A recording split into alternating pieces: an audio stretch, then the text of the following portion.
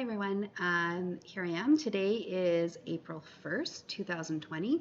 We're on spring break here in Manitoba, and we recently had an announcement yesterday actually that schools classes are going to be suspended indefinitely. So we're not sure when we're going to be able to get back to school. And if you watched my introductory video, I decided that it was really important for us as educators to try and share as much of our strengths and our resources as we possibly can. So in this first video, I am going to show my efforts to work alongside students in one of the things that they're working on from home. As a support for the kids, and also I'm hoping that it will also help teachers who might be looking at ways to work with kids from a distance, because it's new for all of us, and if I can help someone, that's amazing, and that would make my heart so happy. And I look forward to, I know I'm going to be drawing upon many of you out there as well as I search for resources and try to do the best I can in this situation. And so I'm going to share with you a pandemic journal that my students have been working on. And I started mine just the Monday that classes ended on March 23rd. And I'm going to be committed now to keeping on going with that and showing my students how I'm approaching this and my thinking to hopefully help them in their process. So here you see our learning target for our pandemic journal. We are learning to engage in reading, and that might be text, video, photographs, images, audio. Students can gather information in whatever format works for them about the COVID-19 pandemic. I'm hoping that they will think critically about what they're reading and what they encounter in regard to this pandemic. We want to make meaning based on our personal experience and our own personal context of where we live and who we are. I want them to be recording their thoughts and how their thinking changes over time. So we're not looking for an end product that's really polished here. We're really looking for our thoughts in the moment and engaging in reflective journal writing that's honest and true in that moment. And that's really important because we are living history right now. And so that is the entire idea behind this pandemic journal that me and my students are working on together. And so this is what the kids have as well. The idea is that they're now a historian, and they started on Tuesday, March 17th, 2020. They started keeping a journal, and each day I'm hoping they're going to detail what they see in the news and how the world, our nation, our friends, our neighbors, our family are responding to this pandemic, because things are changing rapidly and they seem to change every day.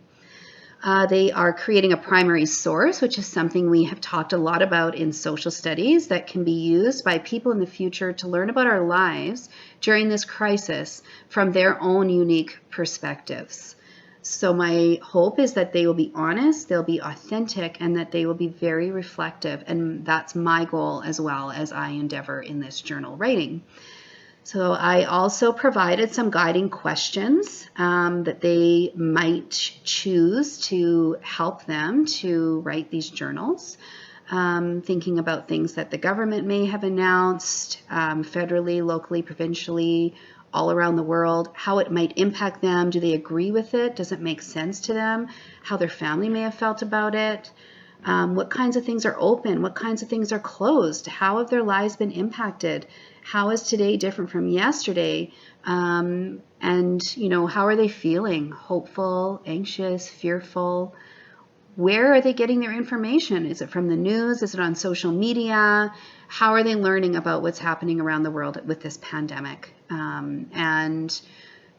there examples of inequities, examples of racism, examples of privilege? What are they noticing that's coming forth, and are they critically thinking to find that? And that's what I'm hopeful for, is to see some of that deeper thinking, some of that deeper comprehension, and some critical thinking. Those are all skills we've been working on in class over since September, trying to get better at. And so this is a great chance to apply that critical thinking and that text analysis that we have been working on.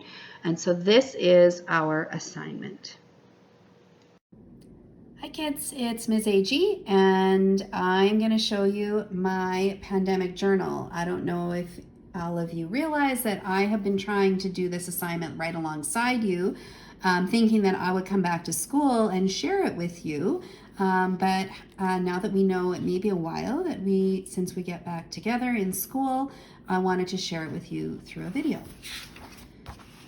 So you can see I started on March 23rd. And I've been recording the number of total cases in Manitoba, Canada, US, and the world every single day.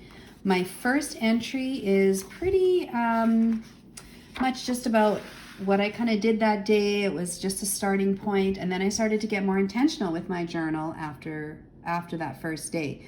So on March 24th, I looked at a news article. So that's something I highly recommend that you do.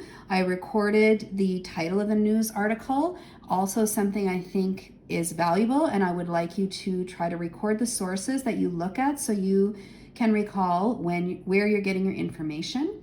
On this day, something I want you to notice is that I made a mistake. And so the first time I was looking at the graphs, I was actually looking at a graph that was showing the total number of new cases in each of these places, but the numbers weren't jiving. Like, I noticed that the world numbers had dropped, and I knew that couldn't be possible. So I went back and double checked my source and found out, in fact, it was wrong, and I changed it. So I found the correct source, changed my numbers, adjusted it, and made that fix. And so this first journal entry here on March 24th, or second journal entry, is really about my own reflections of where do I fit in this, in these numbers. Am I someone who's taking things seriously enough or not? So it's personal reflection, and it fits with our learning target that way. So I'm continuing to record the number of cases, and if I'm thinking about our learning target of being a critical thinker, I started to notice that with these numbers, that when I looked at analyzing the new cases in the US to 34,000 versus the world of 48,000, I was like, those numbers are pretty close together, and I wanted to know what that percentage would be. And so by my calculation, 71% of the new cases on this day, March 25th, across the world were in the US. And I thought to myself, can this possibly be correct? So I may have to go back and double check that math and make sure I did that correctly, because that's still a very surprising number to me. That seems really high. And so this big jump was also a big jump for Manitoba that day, up 14, where we've been going up by, one, a couple cases here or there. We jumped 14 in one day, and that was alarming for me. And so it sort of changed my, I started thinking about how can I do better, even better than I'm already trying to do. March 26th, again, recording the numbers. I think that's going to be really important for me throughout this journal, is to track how the numbers are changing. And I recorded my thoughts on a couple of different things, Manitoba announcements that were made. And then I recorded about how Justin Trudeau, our Prime Minister, had implemented the Quarantine Act on this day and announced it in his press conference.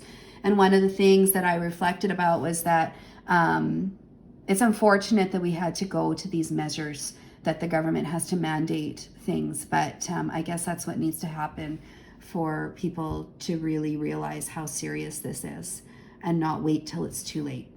And so that's the beginning of my journal. That's how it's organized. I'm trying to meet our learning targets. I'm doing the best I can, and I look forward to seeing all of yours. Send me videos of your reflections, please. And I hope to see you soon. I'll see you for sure through video very, very soon. So thanks for watching. A couple of things that I want to go back to are that I find the learning target to be really, really important, and I try to refer back to that often when I'm working with the kids to help them to take ownership of that learning target in their own work, in their own writing, and whatever it is that they're doing. I use learning targets as a foundation across the board in whatever subject I'm teaching. And referring back to the guidelines of what I'm looking for, and that assessment for learning of always going back in that feedback loop. And so now my challenge is to find a way to confer with kids about their writing when I don't have them all in front of me in the class. So it's taking some thinking outside of the box, and I'd love to hear what other people are doing. Please leave me your feedback, and let me know if you're doing something similar with this. I know a lot of teachers, I've been seeing lots of posts on social media. A lot of people are doing similar types of assignments with their students. So I'd be really curious about how it's working for you. And maybe there's a way for us to connect somehow. So thank you for watching, and all the best to you. April 1st, happy April Fool's Day.